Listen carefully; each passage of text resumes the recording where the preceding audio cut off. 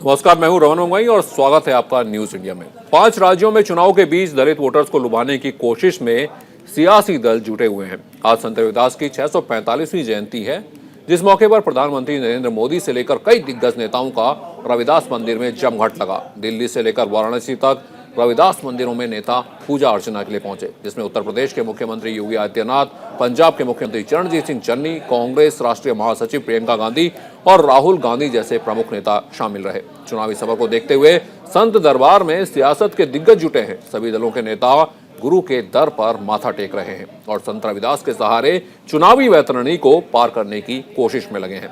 दलित वोटरों को लुभाने की राजनीति हो रही है। इन सब पर अपने मेहमानों से बात करेंगे, लेकिन उससे पहले देखिए ये रिपोर्ट।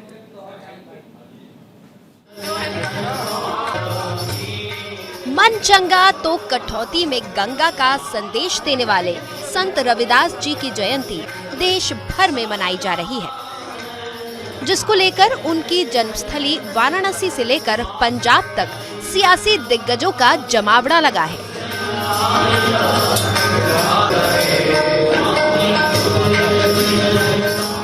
चुनावी समर को देखते हुए एक बार फिर संत दरबार में सियासत के दिग्गज जुटे हैं।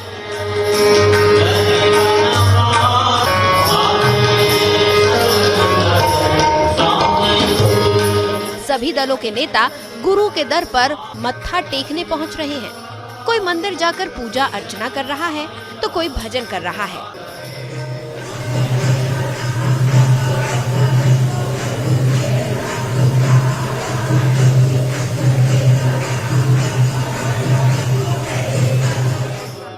कोई लंगर में प्रसाद बांट रहा है। संत रविदास के सहारे सियासी दल चुनावी वैतरणी पार लगाने में लगे हैं। दलित वोट बैंक को साधने की कोशिश हो रही है। संत रविदास जयंती के महत्व का अंदाजा इसी बात से लगाया जा सकता है कि पार्टियों की अपील पर चुनाव आयोग को पंजाब में मतदान की तारीख 20 फरवरी करनी पड़ी थी।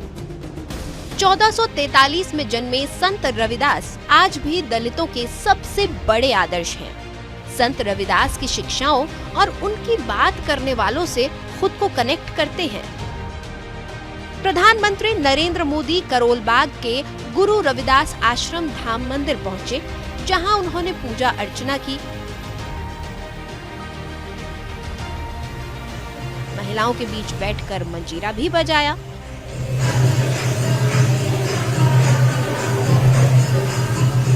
तो वहीं गुरु की जन्मस्थली वाराणसी में नेताओं का जमघट लगा। देश भर के बड़े नेता वहां मत्था टेकने पहुंचे, जिनमें उत्तर प्रदेश के मुख्यमंत्री योगी आदित्यनाथ, पंजाब के मुख्यमंत्री चरणजीत सिंह चन्नी, कांग्रेस राष्ट्रीय महासचिव प्रियंका गांधी और राहुल गांधी प्रमुख रूप से शामिल रहे। जिसके बाद से पंजाब और यूपी चुनाव के बीच इनके रविदास मंदिर जाने के कई मायने निकाले जा रहे हैं। राजनीतिक जानकार इसे यूपी और पंजाब में दलित वोटर्स को साधने के प्रयास के तौर पर भी देख रहे हैं। जो कुछ लोग चुनावी मौसम में ही संतों को, महात्माओं को, मंदिरों को याद करते हैं, वो निश्चित तौर पर यह कर रहे हैं। लेकिन भारतीय जनता पार्टी पहले से ही वंचित वर्ग के लिए भी सतत जो है प्रयत्नशील रहती है, उसकी सेवा के लिए। जैसे आदरणीय प्रधानमंत्री जी जब कुंभ के मेले में उन्होंने दलित जितने भी समाज के लोग थे उनके प्रतिनिधियों के जो है चरण पखारने का काम किया। आदरणीय प्रधानमंत्री जी काशी कॉरिडोर में जिन मजदूरों ने काम किया उनके साथ बैठकर भोजन किए। तो आदरणीय प्रधानमंत्री जी तो हमेशा से जो है वो वंचित वर्ग को सशक्त करने के लिए संकल्पित रहते हैं।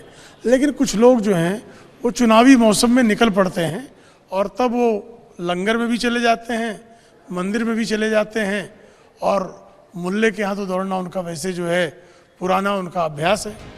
चुनाव में जातीय समीकरण काफी मायने रखता है। पंजाब में करीब 31% दलित, 31% में सबसे ज्यादा चर्मकार, यूपी में 20% से ज्यादा दलित वोटर, यूपी में 5 में से 1 मतदाता दलित समाज का। ऐसे में सभी पार्टियां रविदास मंदिर पहुंचकर बड़ा संदेश देने में जुटी हैं। संत रविदास एक दलित जाति में पैदा हुए थे। पंजाब में चरमकारों ने रविदासिया धर्म भी स्थापित कर लिया है, तो जाहिर सी बात है कि बड़ा वोटर बेस होने की वजह से पंजाब और यूपी चुनाव के बीच इसका महत्व बढ़ जाता है। यूपी में अभी 5 चरणों के चुनाव बाकी हैं। काशी में पीएम मोदी पहले भी संत रविदास मंदिर जाते रहे हैं।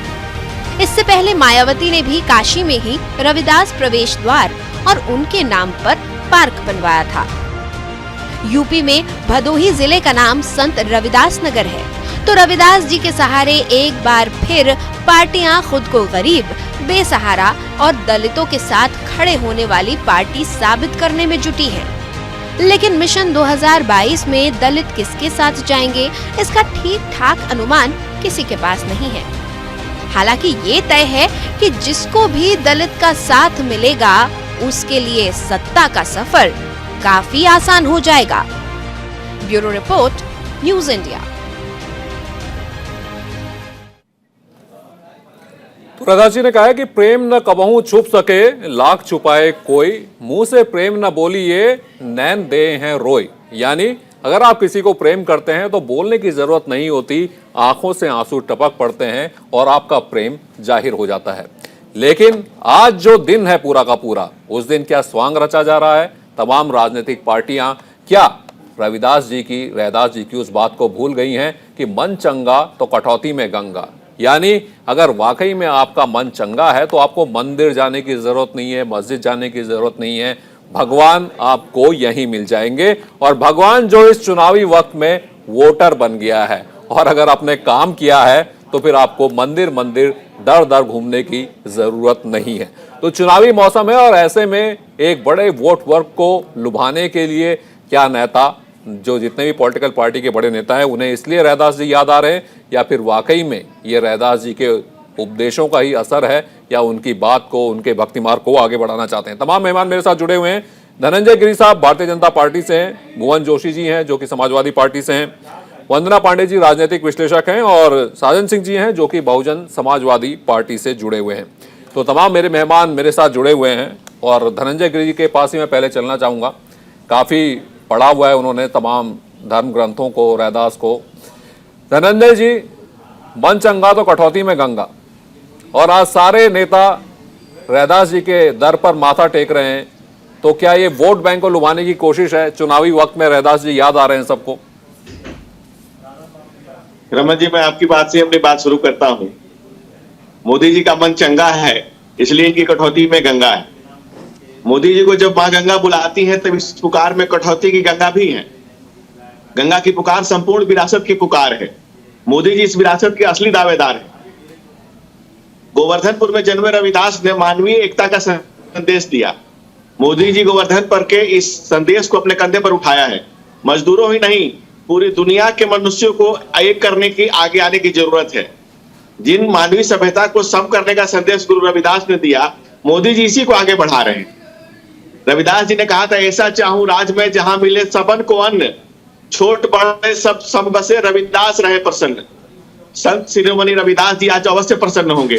आज छोटे बड़े सभी बराबर हैं। सबका साथ, सबका विकास और सबका विश्वास का गुरु मंत्र गूंज रहा है। चलती चक्की और हर घर का जलता चूल्हा देख कबीर भी मुस्कुरा रहे होंगे कि किस प्रकार नरेंद्र दामोदर दास मोदी जो भारत के प्रधानमंत्री, उन्होंने दलितों के लिए दीनानाथ भूमिका में खड़े हैं। रविदास दास की विरासत को आज 2 मुट्ठी अनाज के लिए रोती रियाती नहीं दिखती। द्वार पर सरकार खड़ी है, अन्न लेकर के, जल लेकर के, तमाम तरह की सुविधाएं लेकर के, महिलाओं के लिए जल बाथरूम से लेकर के और तमाम तरह की सुविधाएं, गरीबों के लिए आवास लेकर के खड़ी है। अगर आप संत रविदास की विरासत को देखें तो मुगल काल में तुलसीदास, कबीर दास और रविदास विद्रोही चेतना की मुखर अभिव्यक्ति हैं। सनातन संस्कृति को बचाने के लिए इन सब ने अपने अपने अभिनव प्रयास किए थे। इनके विद्रोह में सृजन था, विध्वंस नहीं। रविदास और कबीर दास के लिए राम और राम दोनों महत्वपूर्ण थे। गुरु और गोविंद सभी राममय, इनके लिए गजनी और गजवा हिंद 2 कौड़ी के ही थे। और सनातन संस्कृति को बचाने में जो संत रविदास जी का जो योगदान है उसको आने वाली पीढ़ियां कभी भुला नहीं चलिए, पाएंगी। बिल्कुल धनंजय जी युगों तक। प्रोफेसर भुवन जोशी जी भी हमारे साथ जुड़े हुए हैं, एक बार उनसे भी जुड़ते हैं। समाजवादी पार्टी के प्रवक्ता हैं जोशी जी। समाजवादी पार्टी का जो सिद्धांत है वो समानता के सिद्धांत पर बनी थी, लोहियावादी पार्टी आप लोग कहते हैं। तो रैदास जी को आज आप दिल से याद कर रहे हैं या फिर ये चुनावी याद है जो अचानक से आई है? देखिए, संत रविदास जी को सर्वप्रथम मैं आपके चैनल के माध्यम से आपके दर्शकों को, आपको सभी को उनकी श्रद्धांजलि अर्पित करते हुए, उनको नमन करते हुए अपनी बात को शुरू करना चाहूंगा। और रही बात, आपने कहा कि चुनाव परिप्रेक्ष्य में, हमें लगता है कि संत रविदास जी जैसा उनका भक्ति काल के वो कवि थे और उन्होंने पूरा संदेश समानता का दिया। अध्ययन करता रहता हूँ, मैं भी अध्ययन से जुड़ा व्यक्ति हूँ, तो मैं अध्ययन करता रहता तो मैं मानता हूँ उनके बहुत ही अच्छी जो विषय मुझे लगा संत रविदास जी को श्रद्धांजलि देते हुए जो मैं कहना चाहूंगा, उन्होंने कर्म के सिद्धांत को भी प्रेफरेंस करा। अगर आप उनको पढ़ेंगे तो आप पाएंगे कि कर्म का सिद्धांत भी वो देते हैं। तो ऐसे संत को प्रणाम करते हुए मैं इतना कहना चाहूंगा, समाजवादी पार्टी के लिए 365 दिन रविदास जयंती है, क्योंकि हमारा मानना है कि इस साइकिल के दो ही पहिए हैं, अम्बेडकरवादी और लोहियावादी। चलिए, साजन सिंह जी आप बीएसपी से जुड़े हुए हैं, बहुजन समाजवादी पार्टी से जुड़े हुए हैं और आप लोग तो ये मानते हैं कि आप जो पिछड़ा वर्ग है उनकी आवाज आप हमेशा बनते हैं, आप उनकी पार्टी हैं। तो आपके लिए रैदास जयंती सिर्फ आज के दिन है या फिर बाकी दिन भी आप रैदास जी की बातों को मानते हैं? नहीं, बहुजन समाज पार्टी विचारधारा आधारित पार्टी जो शोषित दलितों और वंचितों की बात करती है और संत रविदास जो टेम्पल रन चल रहा है, कोई करोल बाग में मंजीरा बजा रहा है, कोई बनारस जा रहा है, कोई पंजाब में अब अपनी भक्ति प्रकट कर रहा है, तो ये सिर्फ दिखावा है। चुनाव सर पे है, चुनाव को नजर, दलित वोटों को साधने की ये नियत है, दलित वोटों को साधने के लिए सारा उपक्रम किया जा रहा है। लेकिन वस्तुतः दलितों के उत्थान से, दलितों का जो आज अधोपतन हो रहा है, दलित आज दबे कुचले हैं, हजारों साल से जो सदियों पे हाशिए पे खड़े हैं, उनके उत्थान के इनके पास न कोई नीति है न कोई नियत है। सिर्फ अपने आप का दिखावा कर करके वोटों को लेने की एक मंशा, ये कुछ नहीं है, बस एक टेम्पल रन है। मंदिर द्वारे जा करके संत रविदास के आरती उतार करके, भक्ति करा करके, एक दिखावा करके कि हम दलितों का सबसे बड़े हितैषी हैं, दलितों के सबसे बड़े शुभचिंतक हैं। लेकिन दलितों की जो संत रविदास की विचारधारा है, वो जन जन की विचारधारा, जो सबसे शोषित वर्ग के लिए एक विचारधारा है, उससे लेना देना कुछ नहीं है। भक्ति का भावना जो है ना, वो उत्प्रोत होकर के चुनावी समर में, चुनाव की संध्या बेला पे सिर्फ ये दिखाने की जो कवायद है, इससे दलितों का कुछ भला नहीं होने वाला है और दलितों को ये पता है। चलिए, वंदना पांडे जी राजनीतिक विश्लेषक हैं, सबकी फटाफट एक बार राय ले लेते हैं, उसके बाद चर्चा को आगे बढ़ाएंगे। वंदना जी, तमाम प्रवक्ता मेरे साथ जुड़े हुए थे, बीजेपी, समाजवादी पार्टी, बसपा के प्रवक्ता भी जुड़े हैं। वंदना जी राजनीतिक विश्लेषक हैं। वंदना जी, आज लगभग हमने सुबह से तस्वीरें देखी, प्रधानमंत्री मोदी भी गए, तमाम जो बाकी पॉलिटिकल पार्टी के लोग हैं वो भी रविदास जी के मंदिरों में जाकर माथा टेक रहे हैं। तो ये चुनावी कवायद है या वाकई में ये जीवन में ढालने की कोई कोशिश है राजनीतिक पार्टियों की अपने? देखिए, अगर कोई संत रविदास जी के मंदिरों में जाता है, उनके यहाँ माथा टेकता है, चाहे वो किसी भी दल का नेता हो, राजनेता हो, कोई व्यक्ति हो, तो इसमें तो कोई बुराई नहीं है, बहुत अच्छी बात है। वो महान संत थे, वो दार्शनिक थे, वो जातियों से परे रहकर अपना व्यक्तित्व बनाते थे। तो यदि उनके मंदिर में कोई भी जा रहा हो, किसी भी दल का जा रहा है, तो बहुत अच्छी बात है, इसमें कोई बुराई नहीं है। और अच्छी बात है अगर हमारे राजनेता भी, हमारे नेता भी बड़े बड़े इस तरह के महान विभूतियों से अगर शिक्षा लेने लगे, बहुत अच्छी बात है। लेकिन शिक्षा का या मंदिरों में जाने का यह क्रम अनवरत रहना चाहिए, न कि चुनावी समय में रहना चाहिए। चुनावी समय में रहने से ही एक गलत संदेश जाता है कि जब चुनाव आता है तो मंदिर याद आता है, जब चुनाव आता है तो टोपी याद आती है, जब चुनाव आता है तो संत महात्मा याद आता है। ये संत महात्मा हमारे भारत की विभूतियां हैं, गौरव हैं। और संत रविदास जी तो बिल्कुल इतनी महान विभूति थे संत रविदास की, वो हमेशा ये कहते थे कि जो जाति पाति के जो बंधन है, इनसे बहुत दूर रहना चाहिए। उन्होंने कहा है कि रविदास ने कि रविदास जन्म के कारणे होत न को नीच, नरकू नीच करी डारी है, ओछे कर्म की कीच। उन्होंने कितनी बड़ी बात कह रखी है। हमने उनको जातियों में बांध करके, हमने उनको इन सब इसमें बांध के, जब वो महान हो गया, जो संत हो गया, वो संपूर्ण भारत का गौरव हो गया। तो इसलिए निश्चित रूप से चुनाव के समय में इसका उपयोग नहीं किया जाना चाहिए, लेकिन जनता बहुत समझदार है, वो समझती है। और वहां जो लोग भी पहुंचे हैं, वो किसी के निमंत्रण पर पहुंचे हैं, चाहे वो किसी भी राजनीतिक दल के हों।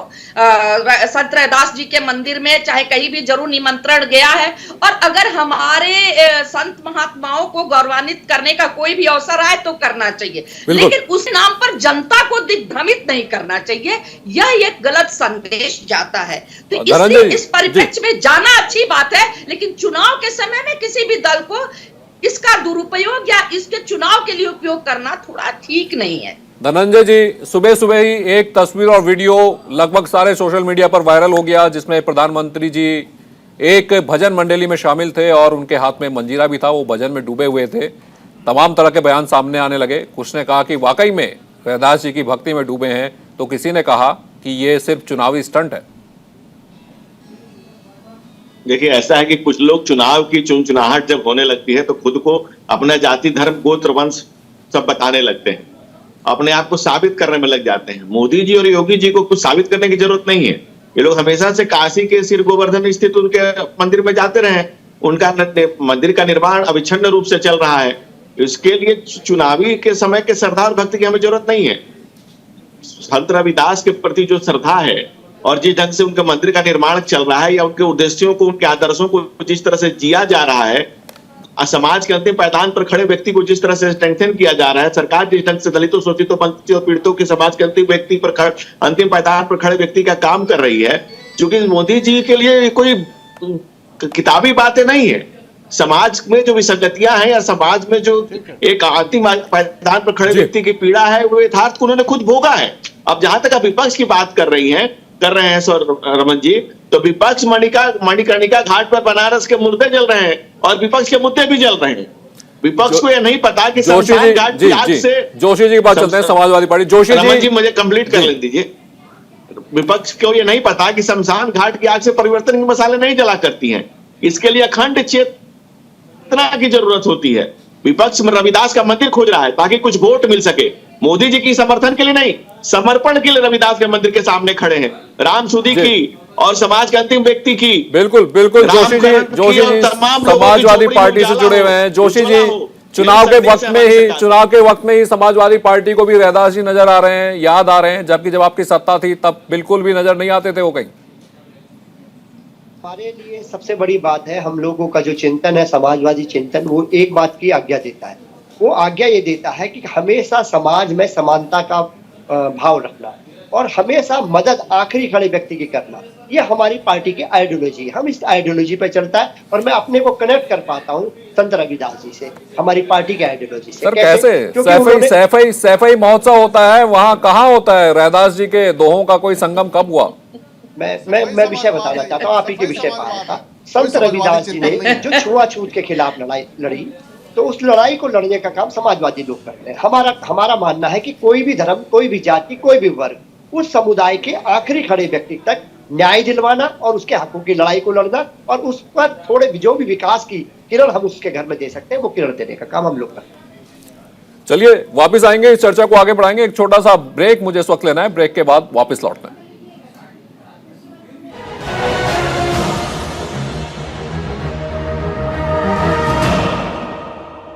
ब्रेक के बाद एक बार फिर से आपका स्वागत है और हम चर्चा कर रहे हैं संत रविदास जी के बारे में। आज रविदास जयंती है और तमाम नेता मंदिरों जा रहे हैं, तमाम नेता रविदास जी को आज याद कर रहे हैं। तो ये जो याद करने का वक्त है, ये चुनावी है, क्या वोट बैंक को लुभाने के लिए है, या वाकई में नेताओं के दिलों में आज रविदास जागे हैं?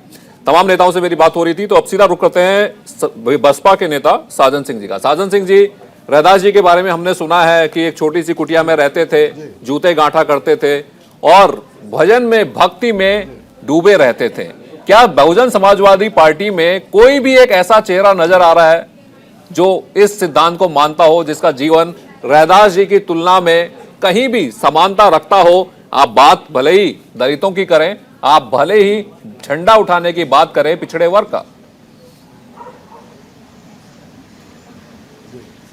आज भी भारत में आज भाई भारत के सारे प्रदेशों में, उत्तर प्रदेश की बात नहीं करता हूँ, सिर्फ पंजाब की नहीं पढ़ता हूँ, रविदास के विचारधारा को मानने वाले जो भी दलित समाज के, वंचित समाज के, शोषित समाज के लोग हैं, वो आज भी उसी परिस्थिति में रहते हैं जो 14वीं शताब्दी में रविदास रहते थे। सबसे बड़ी विडंबना समाज की यही है, समाज की विडंबना 14वीं शताब्दी का जीवन जीने वाले रविदास का जीवन, नेता और जो आपकी पार्टी के बड़े नेता हैं बीएसपी। और एक बात, रमन जी, मैं नेता की बात नहीं कर रहा हूँ, रमन जी मेरी बात पूरी होने दीजिए, मेरी बात पूरी। आज रविदास के मंदिरों में जाकर के मंजरी बजाने वाले प्रधानमंत्री जो सातवें कोष से निकल करके बाहर आए हैं, कम से कम वो दलितों की झोपड़ी में जाकर के उनकी परिस्थितियों को देख के 7-8 साल से जो उपक्रम हो रहा है, वो 7-8 साल से कम उनके सुविधा पहुंचाने की बात करते तो सच में चिंतन होता, सच में भक्ति भावना का प्रदर्शन होता रविदास का। रही बात आपका जो सवाल है कि आज बसपा का कोई नेता, आप नेता की बात क्यों करते हैं? आप नेता, हमारे बसपा पे जितने भी लोग हैं, जो भी दलित, शोषित, वंचित है, सिर्फ एक समाज की बात मैं नहीं करता हूँ, सारे उस समाज को जो हाशिए पर खड़े हैं, सारे वो समाज जो बुनियादी जरूरतों से महरूम है। सर साजन जी, हम आज रविदास जी को याद कर रहे हैं, उनके दोहों को, उनके विचारों को याद कर रहे हैं कि उन्होंने अपने जीवन का उदाहरण सबके सामने रखा। वंदना जी ने सही नहीं कहा था, एक उदाहरण दीजिए। इंटरफेयर मत करिए।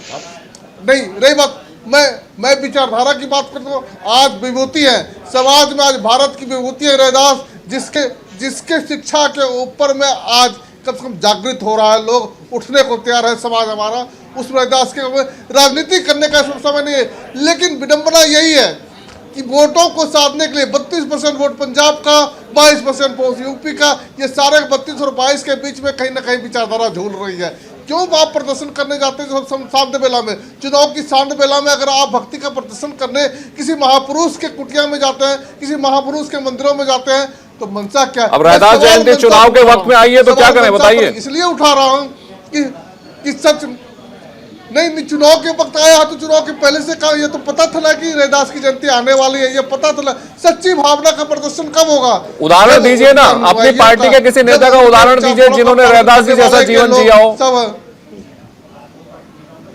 आप बात कर रहे हैं ना कि आपकी पार्टी विचारधारा को मानती है। जिस कार्यकर्ता, आप हजारों, एक उदाहरण की बात करते हैं, हजारों कार्यकर्ता को आप देखिए ना रविदास का। आप चाहते हैं कि रविदास के मानने वाले उसी कुटिया में ही रहे? आप उन पे विकास की सीमा को बढ़ाना नहीं चाहते? नहीं, मैं चाहता हूँ रविदास को मानने वाले जीवन की प्रगति करें, लेकिन वो लोग जो उनके नाम पर वोट मांग रहे हैं, वो लोग जो उनका मसीहा बन रहे हैं, वो लोग अपने जीवन से परिचय दें। में रह करके रविदास को माना जा सकता है?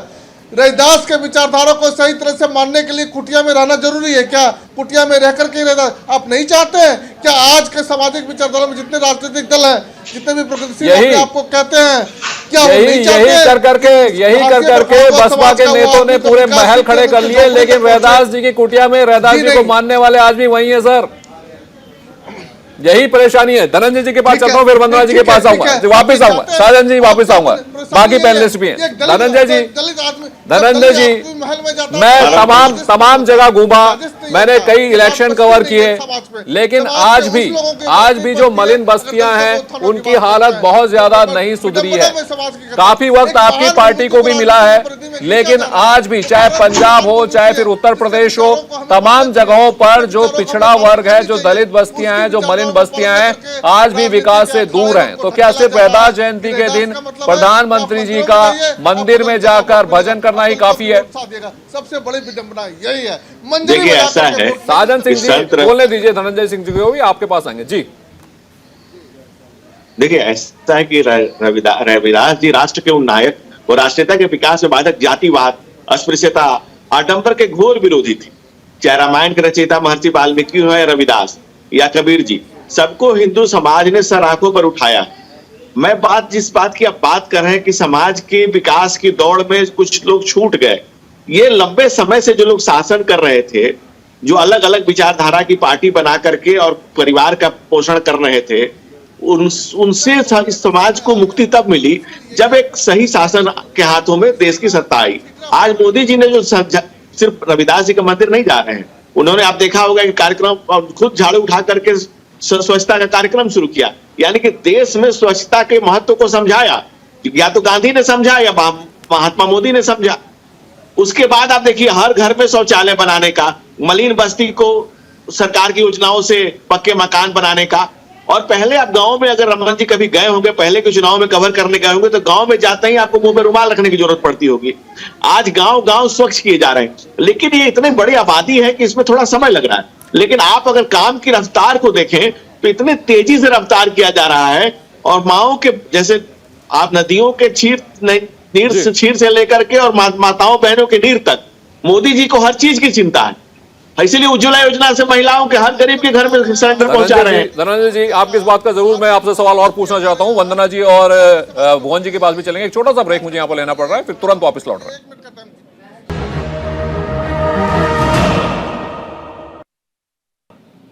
ब्रेक के बाद एक बार फिर से आपका स्वागत है और बात हो रही है रैदास जी के बारे में कि वाकई में चुनावी वक्त में जो ये मंदिर नेता जा रहे हैं, रैदास जी के बारे में, उनके विचारों के बारे में कुछ महत्ता रखते हैं, कुछ विचार उनके दिलों में है, या फिर ये सिर्फ चुनावी यात्रा है।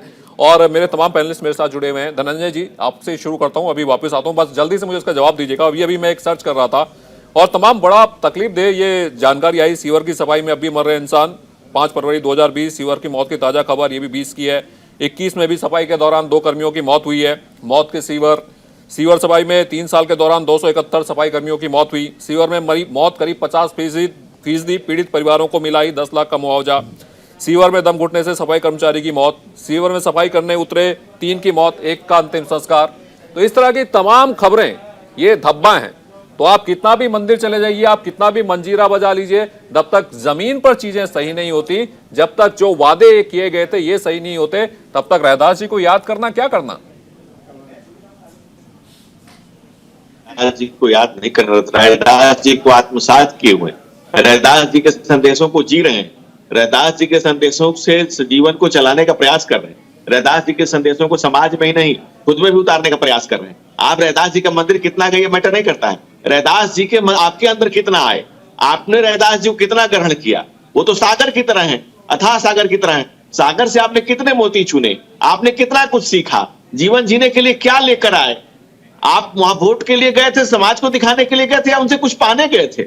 उस महात्मा से, उस महान विभूति से आपने क्या सीखा, क्या ग्रहण किया। तो हम लोग रैदास जी से ग्रहण करते हैं, सीखते हैं, उस समुद्र से मोती निकालते हैं, उसको जीने का प्रयास करते हैं, अपने जीवन में उतारने की कोशिश करते हैं। और जो घटनाएं आप बता रहे हैं, थोड़ा 5 साल पीछे के रिकॉर्ड में चले जाइए, 7 साल पीछे के रिकॉर्ड में चले जाइए, आपको अनगिनत घटनाएं मिलेंगी। और अभी जो तमाम परिवर्तन किए जा रहे हैं, इस तरह के लोगों को जिस तरह से ऐसी घटनाएं न हो, इसके लिए तमाम तरह के टेक्नोलॉजी परिवर्तन किए जा रहे हैं, तमाम तरह के नए इंफ्रास्ट्रक्चर डेवलप किए जा रहे हैं। और देखिए, समाज के अंतिम पायदान पर खड़ा हुआ व्यक्ति, जिस समाज की आप अभी चर्चा कर रहे हैं और जिस दलित पीड़ित शोषित समाज की हम बात कर रहे हैं, जब बनारस पर मोदी जी जाते हैं तो वहां के मजदूरों के साथ बैठ करके भोजन करते हैं, तो वहां के समाज में क्या मैसेज जाता है। और जब वो इलाहाबाद में कुंभ स्नान करने जाते हैं तो दलितों के पैर धो करते हैं, तो इससे क्या मैसेज जाता है समाज। आपकी इस बात का जवाब प्रोफेसर भुवन जोशी जरूर देना चाहेंगे। धनंजय जी, जोशी जी के पास चलते हैं। जोशी जी, मुझे रविदास जी वो हाथ उठा के कुछ कहना चाहते हैं। जोशी जी। जी, मुझे रविदास जी की बात याद है, जहां से आपने प्रारंभ करा था, मैं आपको अपने आप से जोड़ूंगा। मन चंगा तो कठौती में गंगा। ये अगर ये माना जाए कि केवल उनकी जयंती पर याद करा जाए तो ये बिल्कुल बेकार है। और मैं कहना चाहता हूँ, उस जयंती को मनाइए, सभी राजनीतिक दल मनाए, हम भी मनाए, ये भी मनाए, लेकिन उनकी जो विचारधारा है, जो उन्होंने लड़ाई लड़ी है जीवन भर अस्पृश्यता के खिलाफ, आपने जो लड़ाई लड़ी है, कर्म का सिद्धांत दिया, आपने कहा कि कर्म बड़ा होता है, उस कर्म के सिद्धांत को 365 दिन 6 घंटे अगर कोई करने का काम करता है तो समाजवादी पार्टी करता है। और इन्हीं एक बात के साथ अपनी बात को रखूंगा कि जो इन्होंने कहा ना, मन चंगा तो कठौती में गंगा, तो ये भारतीय जनता पार्टी को जरूर अपने मन को चंगा करने की आवश्यकता है। वो कह रहे हैं ना, धनंजय जी कह रहे हैं कि प्रधानमंत्री जी जाते हैं तो वो मजदूरों के साथ भोजन करते हैं, दलितों के साथ भोजन करते हैं। 1 मिनट सर, मैं लास्ट पे हूँ। तो आपने जब इनसे आंकड़े इनको दिखाए तो इनको उस आंकड़ों को मानते हुए कहना चाहिए था कि हम उसमें सुधार करेंगे, लेकिन ये तुरंत अब उसके पुराने आंकड़ों की चर्चा करने लगे। मैं कहना चाहता हूं रविदास जी को सच्ची श्रद्धांजलि ये होगी कि हम लोग ये कहें कि उनके जो विचारधारा है उस पर हम लोग मिलजुल के काम करेंगे, यही सच्ची श्रद्धांजलि उनको। वंदना जी मेरे साथ जुड़ी हैं। वंदना जी, मेरे तमाम पैनलिस्ट आप सुन रही हैं, अलग अलग पार्टी से हैं, अलग अलग पार्टी के प्रवक्ता हैं और उनकी जिम्मेदारी भी बनती है कि अपनी अपनी पार्टी के वो नेता जो लगातार आज रैदास जी के मंदिरों में जा रहे हैं तो उनके जाने की बातों को डिफेंड करें और ये यहाँ पर हमारे दर्शकों को साबित करें कि ये चुनावी दौरा तो बिल्कुल नहीं है, हम रैदास जी के अच्छे और सच्चे वाले भक्त हैं। सुखकर होगा कि ये चुनावी दौरा ना हो और सभी भी जो भी प्रवक्ता यहाँ बैठे हुए हैं विभिन्न दलों के, मुझे सुन के अच्छा लग रहा है। महान विभूतियों के जो भी कृतित्व होते हैं उनके विषय में कभी भी चर्चा कर ली जाए तो समाज के लिए प्रासंगिक होता है। और मैं ये इसका श्रेय तो एक बार राजनेताओं को और इस चुनाव को भी दे देना चाहूंगी कि वो मंदिर में जाते नहीं तो शायद मीडिया में इतनी विस्तृत चर्चा होती नहीं। और चाहे जैसे भी सही रैदास जी की जो उनके शिक्षाएं हैं, जो उनके आदर्श अनमोल वचन है, वो किसी न किसी रूप में अच्छी चीज प्रत्यक्ष या अप्रत्यक्ष किसी भी रूप में पहुंचे समाज तक बहुत हितकर होती है। एक बात जरूर कहना चाहूंगी, निसंदेह मैं बहुजन समाज पार्टी के जो वक्ता है उनकी बात से सहमत हूं कि जो भी है इस तरह की जो विषमताएं थी समाज में थी, लेकिन जब से स्वतंत्रता प्राप्ति के बाद से लगातार इनके उत्थान के प्रयास हुए हैं और आज ऐसा नहीं है। अभी ये हम मान रहे हैं कि कहीं ना कहीं इस तरह की विसंगतियां विद्यमान है जो नहीं रहनी चाहिए। जो कहते हैं कि व्यक्ति जो है स्वतंत्र पैदा हुआ है और उस तरह से सबको समान जीवन जीने का अधिकार है। इस तरह की विभूतियों ने, जिन्होंने रैदास जी ने बहुत विषमतम परिस्थितियों में अपना जीवन जिया, लेकिन उसके बावजूद भी समाज को कितना सुखकर चीज दे करके गए हैं, जिस पर हम आज चर्चा कर रहे हैं, उन पर चलने की बात कर रहे हैं। ऐसा नहीं है कि जो हमारी जो शोषित दलित वंचित थे उनके लिए प्रयास नहीं हुए हैं, प्रयास हुए हैं। और अगर नहीं हुए हैं तो ये कह देना कि वर्तमान सरकार ही दोषी है, ऐसा नहीं है। वो कहते हैं कि गंगा लहू लहू है तो जाहिर सी बात है दिल में कहीं जरूर हिमालय के घाव है। तो वो सभी दोषी हैं जिन्होंने इन वर्ग के लिए कार्य नहीं किया। और जिस जाति को का प्रतिनिधित्व कहते हैं, हालांकि मैं ऐसा नहीं मानती कि रैदास जी, संत रैदास जी किसी जाति के थे, उन्होंने स्वयं को जाति से मुक्त कर दिया था। फिर भी अगर वह जाति उनको अपने से समाहित करके गौरवान्वित महसूस कर रही है तो उस जाति पर भी मुझे गर्व है और संत रैदास जी पर भी है। लेकिन ऐसा नहीं हुआ है कि भारत में इन जातियों के उत्थान की बात नहीं की गई। इस देश में हमारे संविधान के निर्माता बाबा साहब अम्बेडकर, अभी इस देश का राष्ट्रपति, अभी हमारी बहन मायावती जी किस समय, हाँ वो संघर्ष करके आई हैं, मैं मानती हूँ, लेकिन यह बहुत बड़ी विडंबना रही। मैं किसी दल को नहीं कह रही हूँ कि जब भी जो लोग इस जाति के लोग ऊपर उठे, इस जाति के लोगों को ही भूल बैठे। तो इसलिए इस पर चर्चा होनी चाहिए और किसी भी प्रधानमंत्री को, किसी भी राजनीतिक दल के प्रधानमंत्री को इन्हीं के लिए कार्य करना होगा, क्योंकि वह जब पहुंचता है तो वह अंत्योदय की अवधारणा पर काम करता है, उस व्यक्ति के लिए काम करता है। निसंदेह वर्तमान प्रधानमंत्री का एक लगाव है गरीबों के लिए, वंचितों के लिए, वो दिखता है। रही बात चुनाव की राजनीतिक कलाबाजियां हैं, वो चलेंगी और चाहे मंदिर जाए, मस्जिद जाए, गुरुद्वारा जाए, चर्च जाए, जाइए भाई, अच्छी बात है। धर्म कभी अनाचार की अनुमति नहीं देता है, तो धर्म का वो पालन करिए, लेकिन आचार करिए, सदाचार करिए, समाज का उत्थान करिए और कल्याण। वंदना जी, साजन जी के पास चलते हैं। साजन जी नाराज बैठे हैं बहुत देर से और मेरे को लगता है कि उन्होंने खोज लिया होगा, एक नाम तो खोजा होगा उन्होंने जो कि रैदास जी के जीवन से प्रभावित है। साजन जी,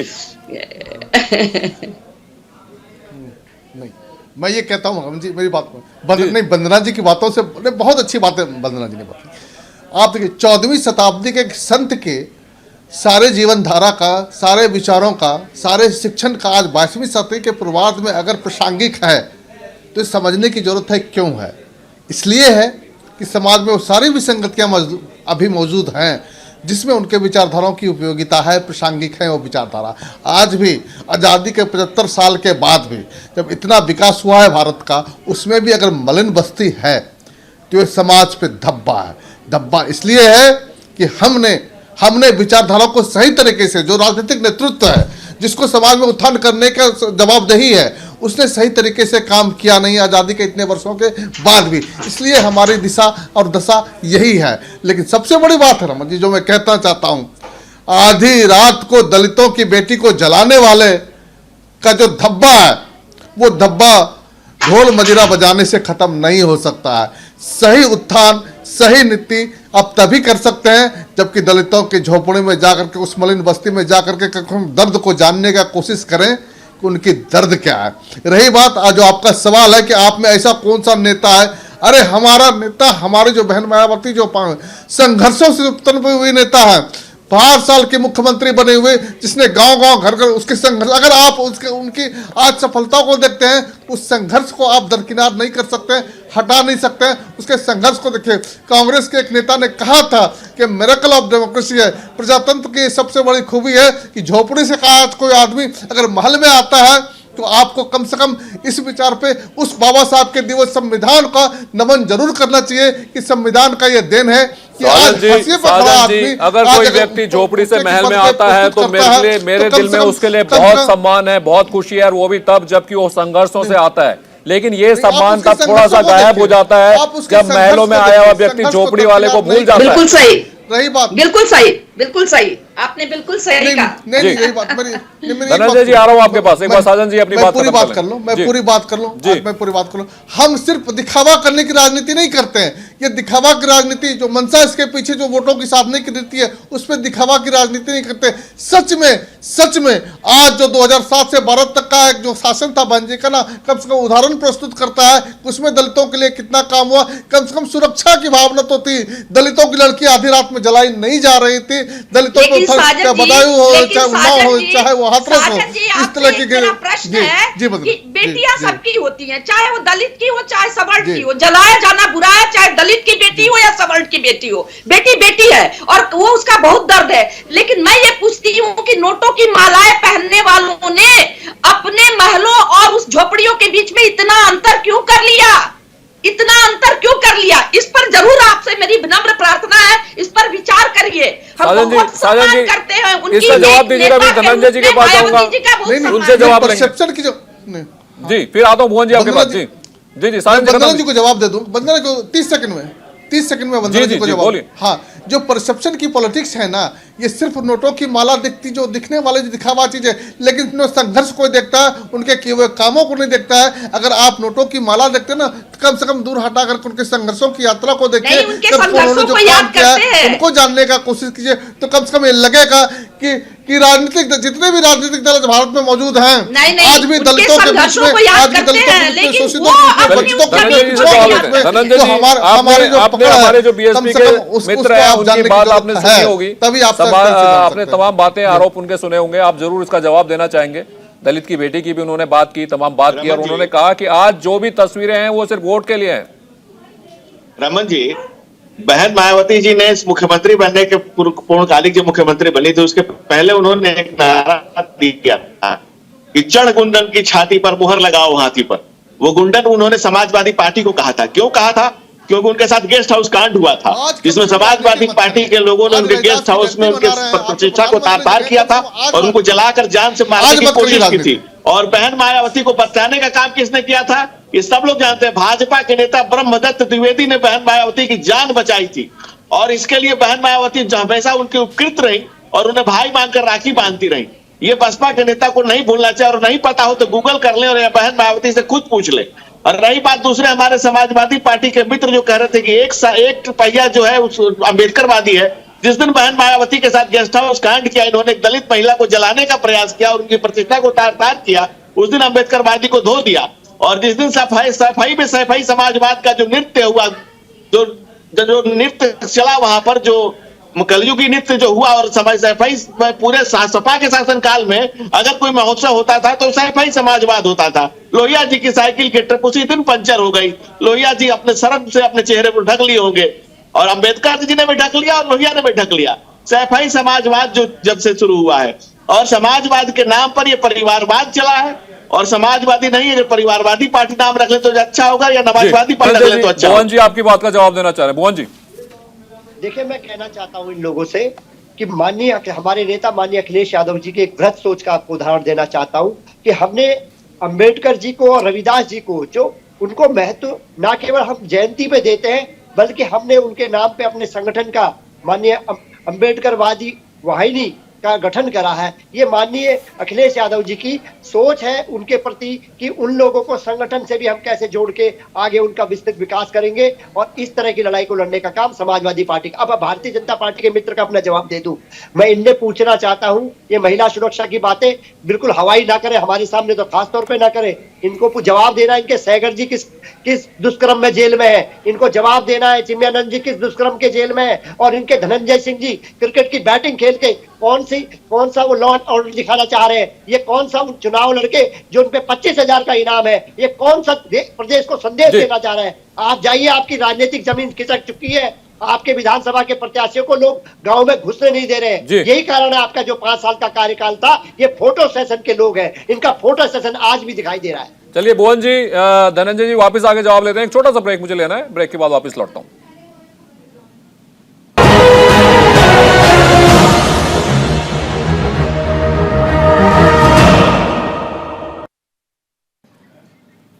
चलिए, ब्रेक के बाद एक बार फिर से आपका स्वागत है। और फिर से एक चीज और मेरी नजरों में आई। जयपुर जिले के शाहपुरा के समीप भाबरू थाने के एक गांव है भगतपुरा जय सिंहपुरा, वहां एक आईपीएस है, उनकी शादी भी पूरा जो पुलिस सुरक्षा है उसके साथ निकाली गई। तो ये राजस्थान की खबर है जहां कांग्रेस की सरकार है।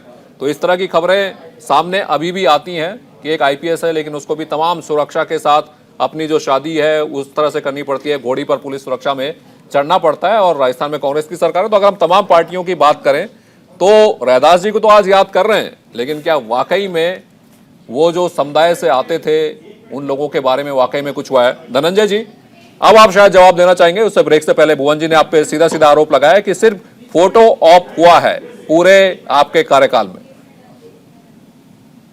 देखिए, ऐसा है कि जो भाई साहब कह रहे थे कि जनता क्या कर रही है नहीं कर रही है, ये 10 तारीख को इनको पता चल जाएगा।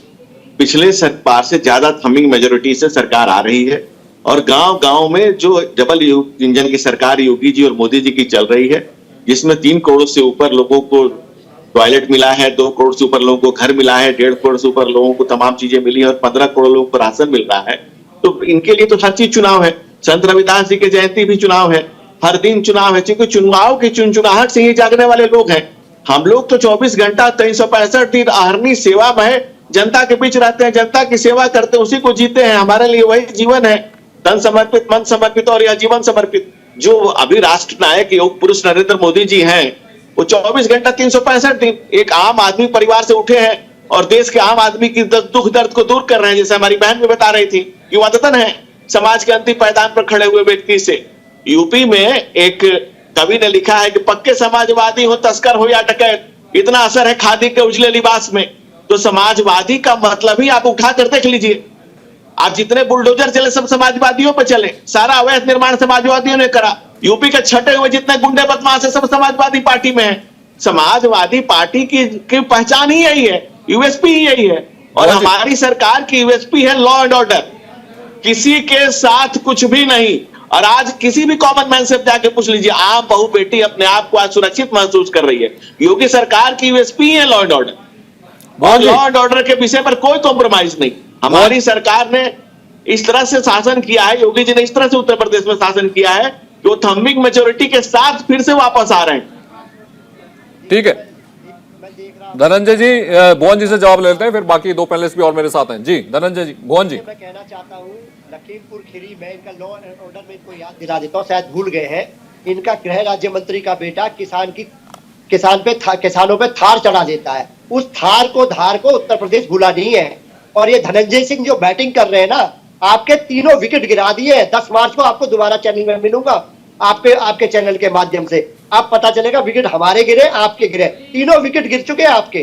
भारतीय जनता पार्टी के लोगों को अंदर गांव में प्रवेश नहीं करने दे रहे लोग बाग। शायद आप पता नहीं कहाँ रहते हैं, मैं पश्चिम उत्तर प्रदेश में रहता हूँ, और पश्चिम उत्तर प्रदेश में जो रैली थी माननीय हमारे नेता अखिलेश यादव जी की और जयंत चौधरी जी की, जय सलाम, 1 बजे तक वेट कर रहा था। ये लोगों का हमारे प्रति विश्वास है, और आपके कहने से अपने गिरेबान में झांक लीजिए। सैगर जी और चिमयान जी का हिसाब बताइए। थोड़ा मन चंगा करें सर, थोड़ा सा एक मिनट, थोड़ा सा मन चंगा करते हैं हम सारे लोग पैनल में। रमन जी 1 मिनट। जी धनंजय जी। भाई साहब, मैं तो भारतवर्ष में रहता हूं, मैं भारत को किसी भाग में बांट के नहीं रहता हूं। मेरा पूरा भारत मेरे अंदर रहता है और मैं भारत में रहता हूं, पहली बात।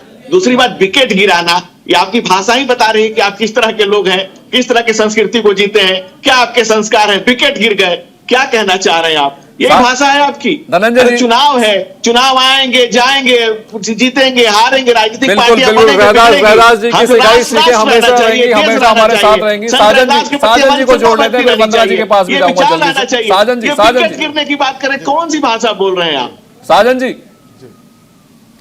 कुछ कहना चाहते हैं? आप हाथ उठा रहे थे सर। जी जी जी जी जी इन राजनीतिक प्रतिद्वंदिता में, वाद विवाद में जो मूल विचारधारा रविदास के जीवन के शिक्षण की जरूरत थी, वो कहीं न कहीं खो गया। और सबसे बड़ी विडंबना यही है आज भी भारत के फैले हुए गांवों में दूर छोर पे खड़ी हुई कुछ झोपड़ियां चीख चीख करके कहती है कि आज भी उनको उत्थान की जरूरत है, आज भी वो शोषित हैं, आज भी वंचित हैं। मैं भारतीय जनता पार्टी की सिर्फ बात नहीं कर रहा हूँ जहाँ की जिसकी सरकार में कि आधी रात को बेटियां जलाई जाती है। आप राजस्थान की बात कीजिए, राजस्थान में दलितों की, अभी आपने कहा ना एक IPS को सुरक्षा की जरूरत पड़ी, तो ये मनसा की मानसिकता की बात होती है।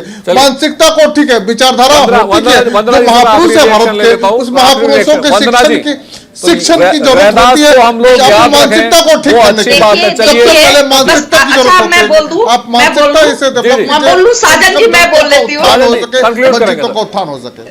साजन जी, साजन, हाँ देखिए, ऐसा नहीं है कि संत रविदास जी को वो सम्मान नहीं मिला है, या उनके, हम शिक्षण संस्थाओं में भी विद्यार्थियों को संत रविदास जी के विषय में पढ़ाया जाता है, पढ़ाया ही नहीं जाता, उनके शिक्षणों, उनके अनमोल वचनों को आत्मसात करने की भी बात की जाती है। लेकिन विषमताएं कहीं भी नहीं होनी चाहिए। जहां तक राजनीतिक परिदृश्य की बात है, अगर किसी महान विभूतियों को अगर ले रहा है, आत्मसात कर रहा है, अगर अच्छे ढंग से उपयोग कर रहा है, तो उसमें कोई बात नहीं है। लेकिन ये बात तो सत्य है कि वर्तमान चुनाव में जो है लॉ एंड ऑर्डर जो है वो योगी जी की ब्रांडिंग बनी है। चलिए ठीक है, तमाम मेहमान आप मेरे साथ जुड़े, धनंजय जी, साजन जी, वंदना जी और भुवन जी, आपका बहुत बहुत धन्यवाद। और जैसा कि कहते हैं रविदास जी, माथे तिलक हाथ जपमाला जग ढकने को स्वांग रचाया। तो और आपको प्रीत तभी मिलती है अगर आप सच्चे मन से राम को प्यार करें, पसंद करें। तो आप कितने भी मंदिर चले जाइए, मस्जिद चले जाइए, अगर आपने जनता के लिए काम नहीं किया है तो आपको फल नहीं मिलने वाला। तो चलिए इस बहस को यही खत्म करते हैं और आपको बताते हैं एक बड़ी खबर। इस वक्त झांसी में सीएम योगी ने रोड शो किया, लोगों से बीजेपी के पक्ष में वोट डालने की अपील की। इस दौरान तमाम लोग जुटे और ये तस्वीरें भी इस वक्त आप देख रहे हैं झांसी की।